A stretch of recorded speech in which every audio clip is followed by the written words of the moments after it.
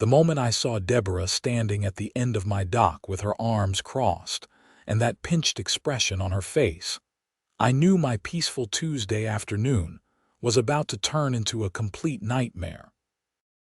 I had been living in my waterfront property in Traverse City, Michigan for exactly 3 years, and for 2 years and 11 months, everything had been perfect.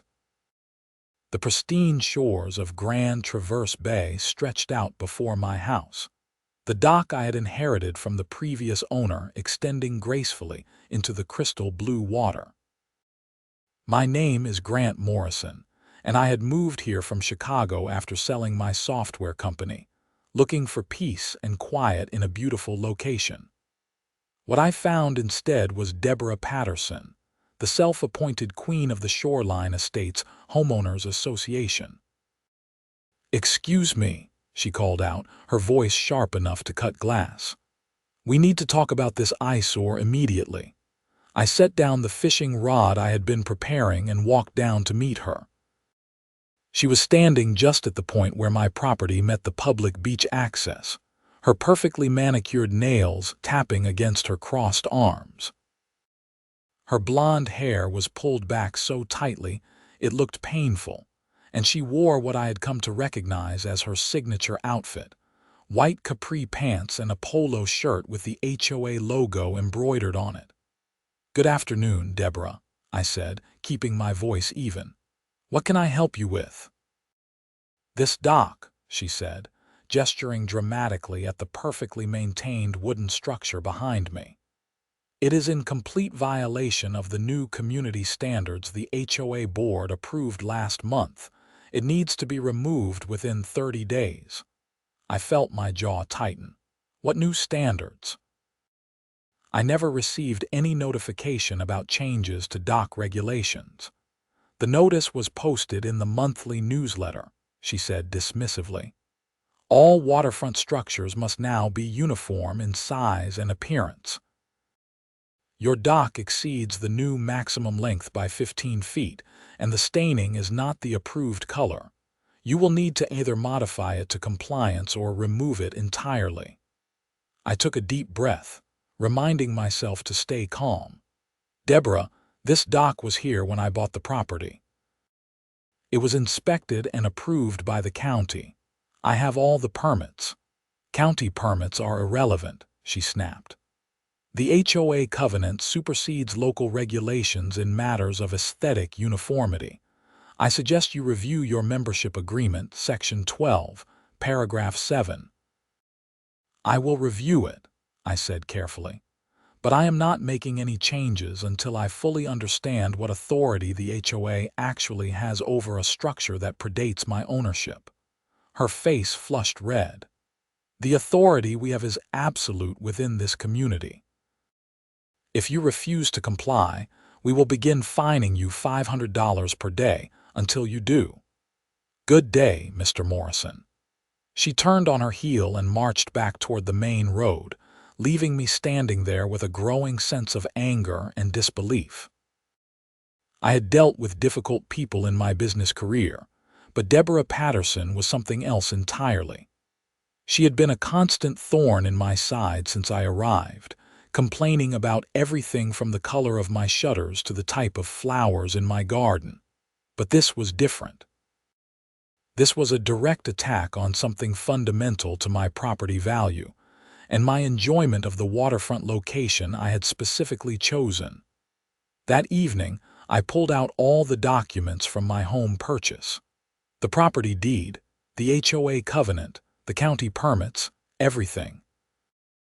I spread them across my dining room table and began reading through them carefully. What I found made my heart race with a mixture of anger and excitement. The property I owned was not just the house and the immediate land around it. When the original development had been created back in 1952, the land had been divided into lots by a man named Theodore Morrison, who happened to be my grandfather. I had known this, of course. It was one of the reasons I had been drawn to this particular property. What I had not fully appreciated was the specific language in the original development agreement. the beach access that all the homes in shoreline estates enjoyed, the beautiful public pathway that allowed residents to walk down to the pristine shoreline, was actually an easement granted by my grandfather on land that he had retained ownership of. That ownership had passed down through my father and eventually to me. The easement agreement was specific. It granted access to residents in perpetuity, subject to the maintenance of the original covenant terms and the goodwill of the grantor. I read that last part 3 times to make sure I understood it correctly. The beach access was not a public right. It was a private easement that could potentially be revoked under certain circumstances. I spent the next 2 days researching property law in Michigan. I contacted a real estate attorney in Traverse City named James Sullivan, who came highly recommended. When I met with him in his office overlooking the bay, he confirmed what I had begun to suspect.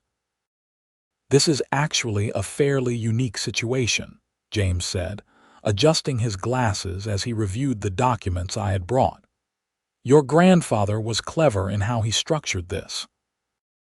He retained ownership of a strip of land that includes the primary beach access point and granted an easement that was conditional rather than absolute. So I could theoretically revoke it?" I asked. "Theoretically, yes," James said carefully. "But you would need to demonstrate that the conditions of the easement have been violated. The language about maintenance of original covenant terms is key here.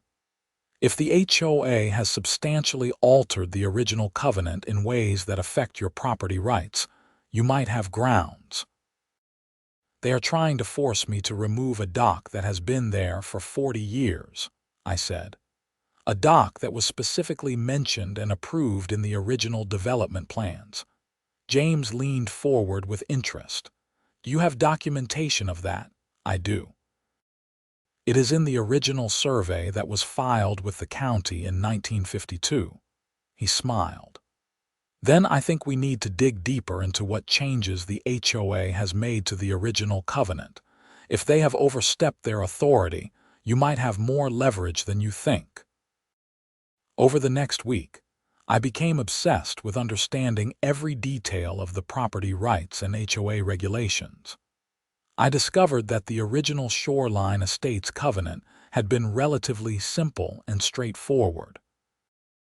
It established basic rules about property maintenance, noise levels, and architectural consistency. Over the years, however, the HOA board had added amendment after amendment, expanding their authority far beyond what the original residents had agreed to. The dock regulation that Deborah was trying to enforce against me was part of a package of amendments that had been passed in a special meeting that only 12 of the 67 homeowners had attended. According to the original covenant, any major changes required approval by at least 2/3 of all homeowners, not just those present at a meeting. This amendment, and about 15 others like it, had been passed with improper authority. Armed with this information, I attended the next HOA board meeting. It was held in the community center, a small building near the beach access point. About 20 residents were there, along with the 5 board members. Deborah sat in the center chair, presiding over the meeting with the self-importance of a judge at a murder trial. "We have several items on tonight's agenda," she began, reading from a printed sheet. "First, the ongoing violations at 412 Shoreline Drive regarding the non-compliant dock structure." "That would be my property," I said, standing up, "and I would like to address the board about this issue." Deborah looked annoyed. "This is not the public comment period. According to Robert's Rules of Order, which your own bylaws state govern these meetings, I have the right to speak when my property is being discussed," I said calmly. Several of the other residents nodded in agreement. Deborah's face tightened, but she gestured for me to continue. "I have reviewed the amendment that establishes these new dock regulations," I said, walking to the front of the room. I have also reviewed the original covenant and the procedures required for amendments. The dock regulation amendment was passed at a special meeting attended by only 12 homeowners. The original covenant requires approval by 2/3 of all homeowners for substantive changes. 12 votes out of 67 properties is not 2/3 approval. A murmur went through the room. Deborah's face went pale, then red. "The board has the authority to make operational decisions," she said sharply. "Operational decisions, yes," I agreed. "But forcing homeowners to remove or substantially modify existing structures is not an operational decision. It is a substantive change to property rights. Without proper approval, this amendment is invalid." "This is ridiculous," Deborah sputtered. "The board consulted with our attorney." "Then perhaps your attorney should review the actual covenant language," I said. I held up a folder. "I have copies of the original covenant, the amendment in question, and the attendance records from the meeting where it was passed. I am happy to share these with any homeowner who is interested." Several hands went up immediately. I spent the next 15 minutes distributing copies while Deborah tried to regain control of the meeting. Other residents began asking questions about other amendments that had been passed in similar ways. It quickly became clear that the current board had been overstepping its authority for years. The meeting devolved into chaos. Residents were angry, the board members were defensive, and Deborah was practically shouting to be heard over the din. Finally, one of the other board members, a retired accountant named Robert Chen, called for a motion to table all enforcement actions pending a full legal review of the amendment process. The motion passed with overwhelming support from the residents present. Deborah looked like she wanted to explode, but she was outvoted even by her fellow board members. As people filed out after the meeting, Deborah cornered me near the door. "You think you are so clever," she hissed, her voice low and venomous. "But you have no idea who you are dealing with. I will make your life miserable. I will find every single violation, every tiny infraction, and I will bury you in fines and legal fees. By the time I am done with you, you will be begging to sell that property and leave." I looked at her calmly. "Deborah, I tried to handle this reasonably. You are the one who chose to escalate." "Oh, this is not escalation," she said with a cold smile. "You have not seen escalation yet." She was right about that. Over the next 3 weeks, I received 17 violation notices. My grass was allegedly too long, despite being well within the stated height requirements. My house number was supposedly the wrong font, even though it matched half the other houses on the street. My garage door was said to be left open during prohibited hours, which was not even a real rule in the covenant. Each notice came with a threatened fine of $200 to $500. I documented everything meticulously. I took photographs, kept records, and had witnesses for every alleged violation.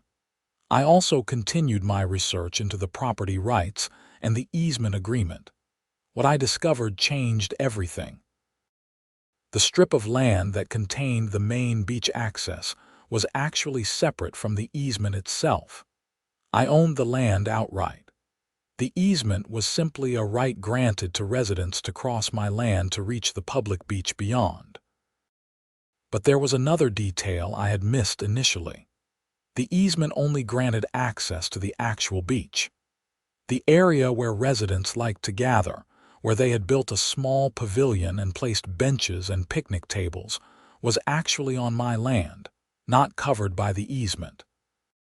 Furthermore, the original easement agreement included a clause that it could be terminated if the grantor determines that the terms of the original covenant have been substantially violated, or if the relationship between the grantor and the community has been materially damaged by actions of the community association. I called James Sullivan and asked him to review my findings.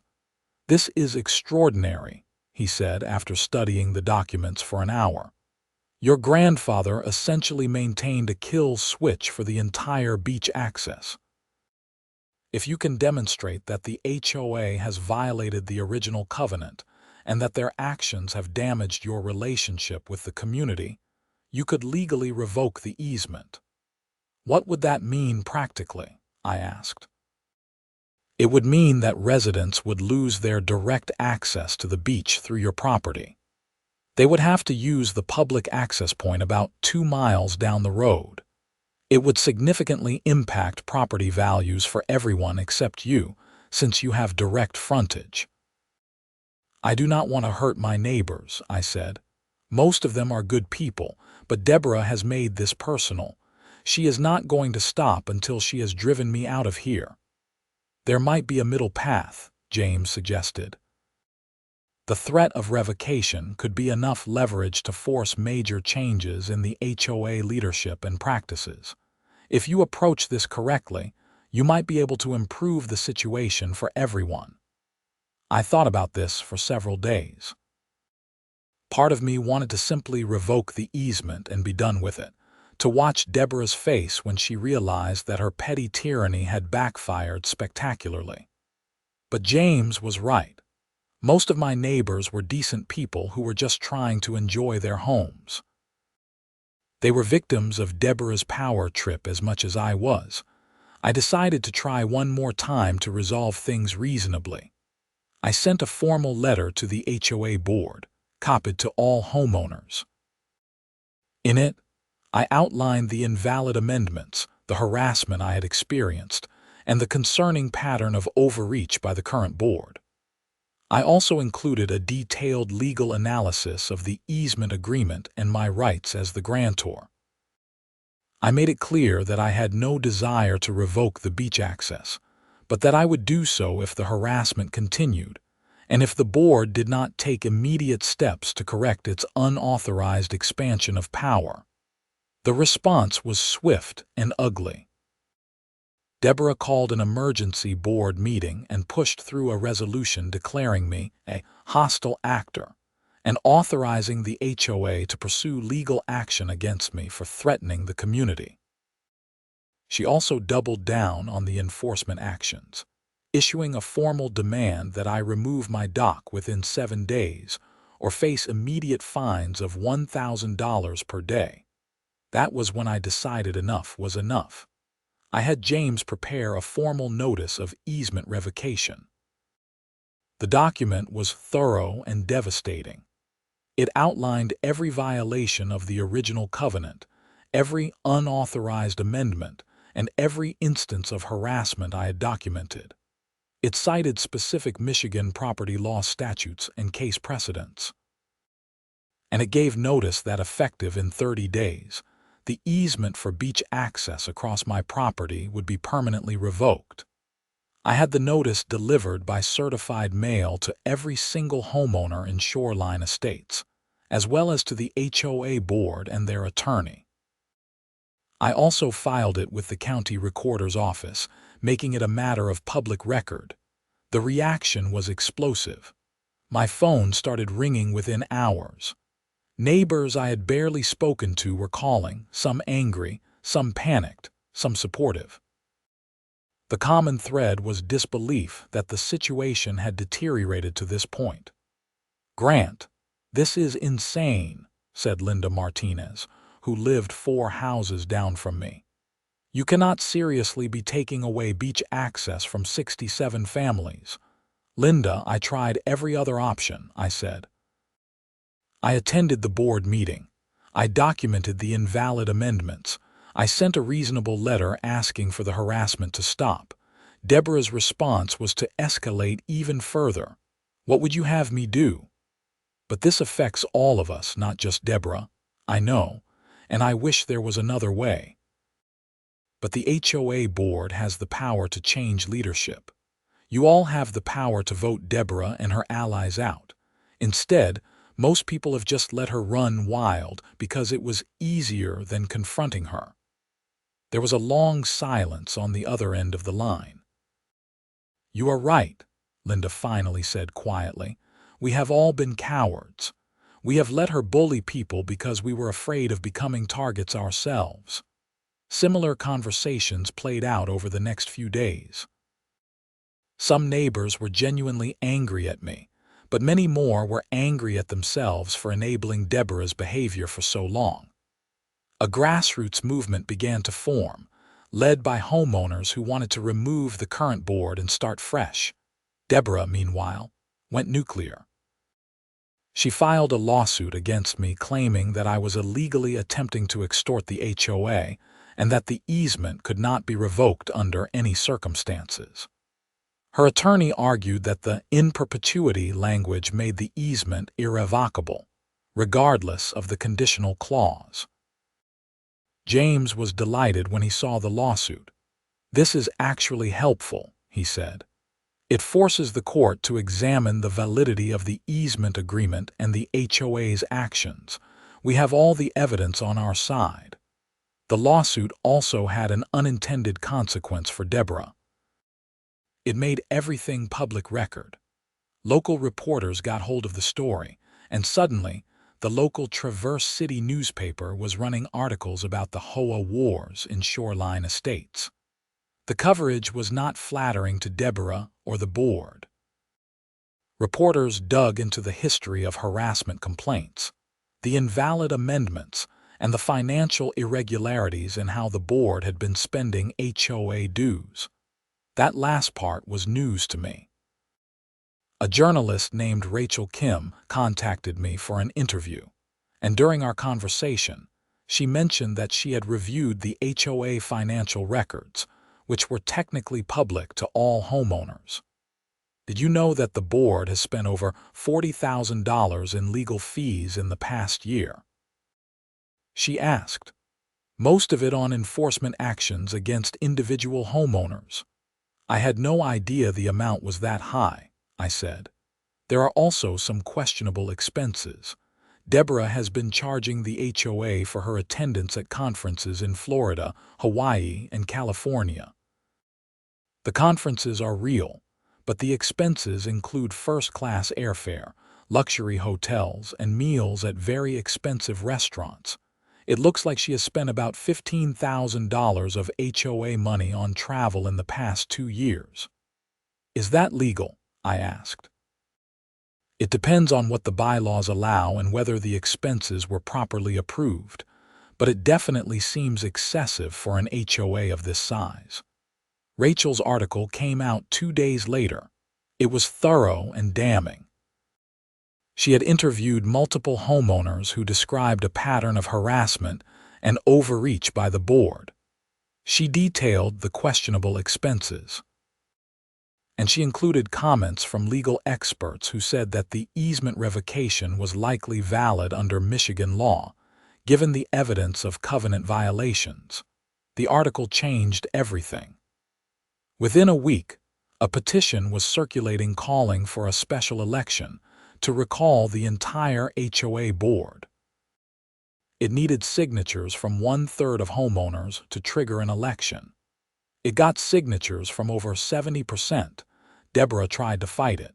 She claimed the petition was invalid because of technical formatting issues. She tried to schedule the recall election for a date 6 months in the future, hoping people would lose interest. She even attempted to pass an emergency amendment that would make board members immune from recall. Every attempt failed. The homeowners were united in a way they had never been before. The recall election was scheduled for 6 weeks from the date the petition was certified. During those 6 weeks, things got strange. I started noticing cars driving slowly past my house at odd hours. My mailbox was vandalized twice. Someone left a dead fish on my porch. I installed security cameras and caught footage of a teenage boy. I did not recognize spray painting traitor on my garage door at 3 in the morning. I filed a police report. The officer who took my statement was sympathetic, but not particularly hopeful about catching the vandal. "This kind of neighborhood dispute stuff usually fizzles out on its own," he said. "But keep documenting everything. If it escalates to anything more serious, we will take action." It did escalate, but not in a way I expected. I came home from grocery shopping one afternoon to find Deborah herself standing in my driveway. She was alone and she looked different. Her usually perfect hair was slightly disheveled. Her makeup was smudged. She had been crying. "We need to talk," she said, her voice hoarse. I hesitated, but curiosity got the better of me. "Okay, would you like to come inside?" "No, I just need to say this quickly." She took a deep breath. "I am withdrawing from the board, effective immediately. I am also dropping the lawsuit." I stared at her in shock. "What? Why?" "Because I have lost everything that matters," she said bitterly. "My husband left me last week. He said I have become someone he does not recognize. My daughter will not speak to me. My friends have all distanced themselves. And this morning, I found out that the Michigan Attorney General's office is opening an investigation into my use of HOA funds." I did not know what to say. Part of me felt vindicated. Part of me just felt sad. "I know you think I am a terrible person," Deborah continued, "and maybe I am. But I want you to know that I genuinely thought I was doing the right thing. I thought I was protecting property values and maintaining community standards. I thought I was being a good leader." "Deborah," I said carefully, "being a good leader means listening to people, not just dictating to them. It means treating them with respect, even when you disagree. You did not do that. You turned this community into your personal fiefdom, and you hurt a lot of people in the process." She nodded, tears streaming down her face. I know that now. I just wanted to tell you that I am sorry for all of it, and I hope you will not take away the beach access. These people do not deserve to suffer because of my mistakes." She turned and walked away before I could respond, getting into her car and driving off. I stood in my driveway for a long time, processing what had just happened. The next day, I received formal notice that the lawsuit had been dismissed with prejudice. Deborah had indeed resigned from the board, along with 2 of her allies. The remaining board members issued a statement apologizing for the overreach and harassment, and announced that they would not seek re-election. The recall election proceeded anyway. The homeowners elected a new board that included Linda Martinez as president, Robert Chen as treasurer, and 3 other level-headed residents. Their first official act was to rescind all the invalid amendments and return the HOA covenant to its original form, with only modifications that had been properly approved. Their second act was to send me a formal letter of apology and a request to meet with me to discuss the beach access easement. We met in my living room on a Saturday morning. Linda, Robert, and the new board secretary, a retired teacher named Margaret Foster, sat on my couch while I made coffee. "Grant, we want to start by saying again how sorry we are," Linda began.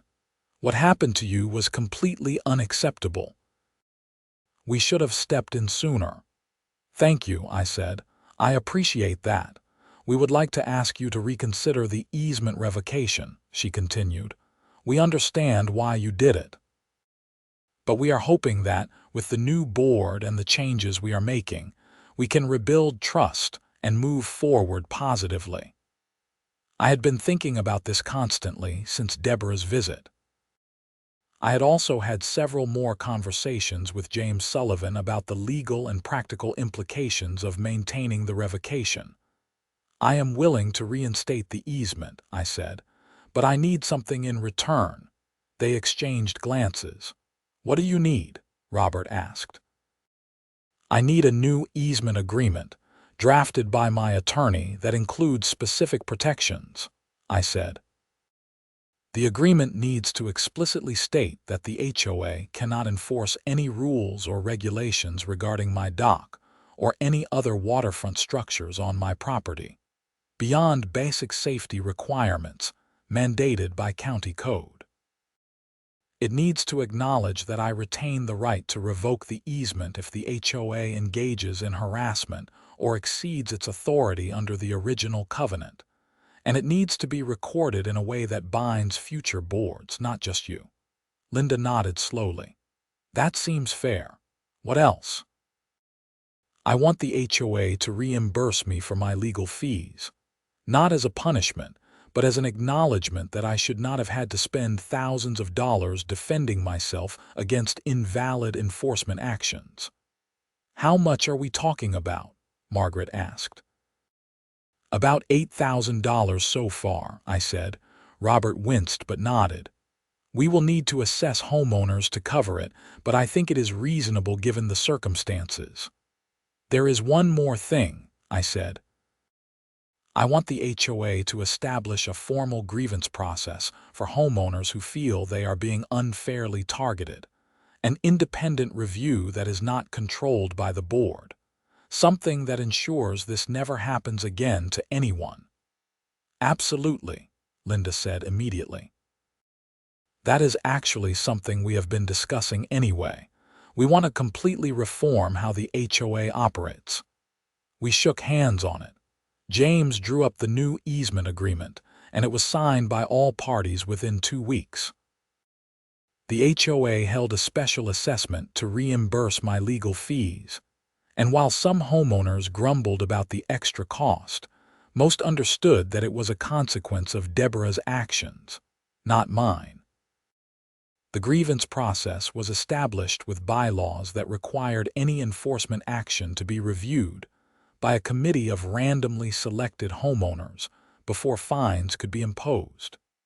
It also created an appeals process and established strict guidelines for what constituted a legitimate violation.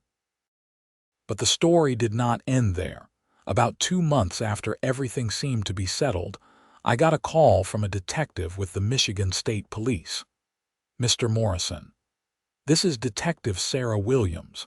I am investigating allegations of embezzlement and fraud related to the Shoreline Estates, HOA.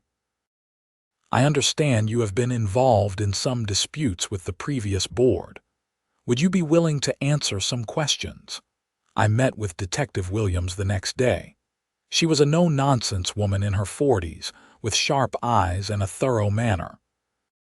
The Attorney General's office has been looking into the finances of the HOA based on complaints filed by homeowners, she explained.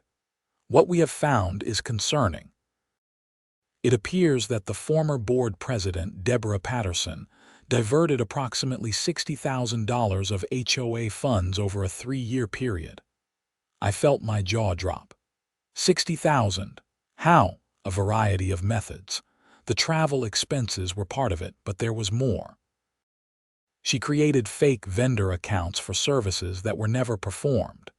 She approved payments to herself for consulting fees that were not authorized. She even managed to redirect some of the funds that were supposed to go into a reserve account for major repairs. That is incredible, I said. I mean, I knew about the travel expenses, but I had no idea it was that extensive. We are building a case, and we will likely be filing charges within the next few weeks. I wanted to talk to you because you seem to have documented your interactions with her very thoroughly. That documentation might be helpful in establishing a pattern of behavior. I gave Detective Williams copies of everything I had, the violation notices, the emails, the meeting minutes, all of it. She thanked me and said she would be in touch if they needed anything else. 6 weeks later, Deborah Patterson was arrested and charged with multiple counts of embezzlement and fraud. The local news covered it extensively. It turned out that the investigation had uncovered even more than the detective had initially told me. Deborah had also been taking kickbacks from contractors who did work for the HOA, inflating the costs and pocketing the difference. The total amount she had stolen was estimated at over $80,000. The criminal case moved slowly, as these things do. Deborah hired a defense attorney who tried various tactics to get the charges dismissed or reduced, but the evidence was overwhelming. Financial records, emails, testimony from other board members who had been unaware of what she was doing. Eventually, about 8 months after her arrest, Deborah pleaded guilty to multiple felony counts. She was sentenced to 4 years in prison, with the possibility of parole after 2 years. She was also ordered to pay full restitution to the HOA. The homeowners association, meanwhile, had transformed. The new board was transparent and responsive. They established regular town halls where homeowners could voice concerns. They created a detailed budget that was shared with everyone. They even organized social events to rebuild the sense of community that had been damaged by years of Deborah's authoritarian leadership. My relationship with my neighbors improved dramatically. People who had been afraid to talk to me during the conflict now waved and stopped to chat when they saw me out walking. Linda became a genuine friend. Robert invited me to join a poker game that some of the guys in the neighborhood had been running for years. I kept my dock exactly as it was, and no one said a word about it. In fact, several other homeowners who had been forced to modify their docks under the invalid amendments restored them to their original configurations. The beach access remained open and became more popular than ever. The new board improved the pavilion area, adding better seating and maintaining the landscaping. They also put up a small plaque acknowledging the history of the easement and thanking my grandfather for his vision in creating the community. I went fishing from my dock almost every evening that summer. The sun setting over Grand Traverse Bay was spectacular, painting the sky in shades of orange and pink. Sometimes neighbors would come by and we would chat while I cast my line. The tension and anger that had dominated my life for those difficult months faded into memory. One evening, about a year after everything had been resolved, I was sitting on my dock when Linda walked down to join me. "Mind if I sit?" she asked. "Not at all," I said, gesturing to the chair beside me. We sat in comfortable silence for a while, watching the waves lap against the pilings. "I have been thinking about what you did," Linda said eventually. "How you stood up to Deborah when the rest of us were too scared. It changed this community, Grant, for the better." "I was just protecting my property," I said. "No," she said firmly. "You were protecting all of our properties, our rights. You forced us to confront what we had become. A lot of people were angry at you at the time, but I think everyone sees now that you did the right thing." "I came pretty close to actually revoking that easement," I admitted. "There were moments when I was angry enough to just blow it all up. But you did not. You gave us a chance to fix things ourselves. That took a lot of restraint." I shrugged. "I did not want to hurt innocent people. Most of you were good neighbors who were just trying to avoid conflict. We enabled a tyrant because it was easier than confronting her," Linda said. "That is something I will always regret, but I am grateful that you gave us the opportunity to make it right." We sat together until the sun fully set and the stars began to appear. The sound of laughter drifted down from the pavilion area where some families were having an evening picnic. The sense of community that had been fractured and poisoned was healing, growing stronger than it had been before. As I walked back to my house later that night, I thought about how close everything had come to disaster. If Deborah had been just a little more reasonable, or if I had been just a little less stubborn, things might have turned out completely differently. The community might still be suffering under her authoritarian rule, or I might have actually revoked the easement and destroyed the property values and quality of life for everyone. Instead, we had found a path through the conflict that made things better. It had required confrontation and pain and risk. It had required people to face uncomfortable truths about themselves and their community. But on the other side of all that struggle was something healthier and more sustainable. The new HOA board continued to operate transparently and effectively. They dealt with legitimate issues like road maintenance and common area upkeep, but they stayed within their proper authority and treated homeowners with respect. The grievance process we had established was used a few times, always fairly, always with careful consideration of both community standards and individual rights. Deborah served 18 months of her sentence before being released on parole. I heard through the neighborhood gossip network that she moved to Florida to live with her sister. She had lost her house in Shoreline Estates to foreclosure during the criminal proceedings. Her husband had divorced her. Her daughter still was not speaking to her. I felt a complicated mixture of emotions when I heard about her situation. Part of me felt she had gotten what she deserved. She had stolen from her neighbors, harassed people, and abused her position of trust. But part of me also felt sad for how completely her life had fallen apart. She had destroyed herself through her own choices, her own inability to see the people around her as anything other than subjects to be controlled. I never saw her again after that afternoon, when she came to my driveway to apologize and resign. Sometimes I wondered if she had genuinely meant that apology, or if it had just been a last desperate attempt to save herself from the consequences that were already closing in. I decided it did not really matter.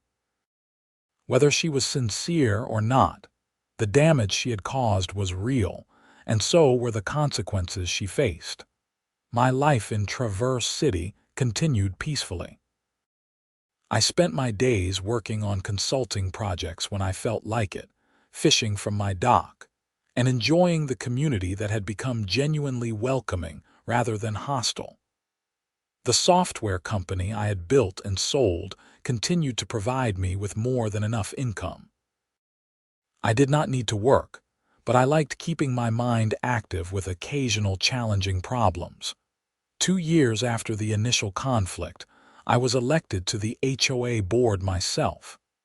I had not particularly wanted the position, but Linda convinced me that my experience and perspective would be valuable.